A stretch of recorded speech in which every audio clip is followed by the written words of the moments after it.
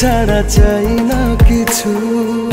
আবারও নতুন জীবনের পথে পা রাখলেন জনপ্রিয় অভিনেতা আনিসুর রহমান মিলন। ৮ ফেব্রুয়ারি চট্টগ্রামের এক হোটেলে পারিবারিক আয়োজনের মাধ্যমে তিনি বিয়ে করেন তানিয়া শারমিন শিপাকে। ঘনিষ্ঠ আত্মীয়দের উপস্থিতিতে এই বিয়ের আনুষ্ঠানিকতা সম্পন্ন হয়। হায়রে প্রেমে পড়েছি, মরার আগে মরেছি। নির্মাতা চয়নিকা চৌধুরী খবরটি নিশ্চিত করে বলেন, গত ৮ ফেব্রুয়ারি চট্টগ্রামে মিলন ও শিপার বিয়ে সম্পন্ন হয়। আজ মিলনের আমন্ত্রণে এসেছি, তাদের একসঙ্গে দেখে ভালো লাগছে, ওদের জন্য অনেক শুভকামনা।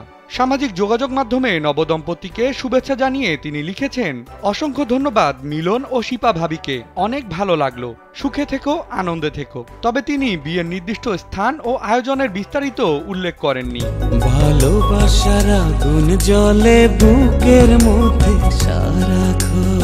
উল্লেখ্য, ২০২২ সালে ক্যান্সারের সঙ্গে লড়াই করে যুক্তরাষ্ট্রে মৃত্যুবরণ করেন অভিনেতার দ্বিতীয় স্ত্রী পলি আহমেদ।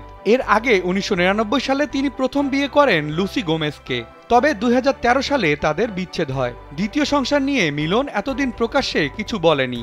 তবে ২০১৩ সালে স্ত্রী পুত্রের ছবি সামাজিক যোগাযোগ মাধ্যমে ছড়িয়ে পড়ার পর জানা যায় তার স্ত্রীর নাম পলি আহমেদ এবং সন্তানের নাম রিহান। এখন মোদের আগাগোড়া পিরিতে মোরা।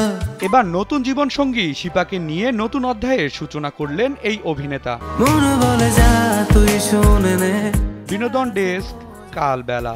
মন আজ ভালোবেসে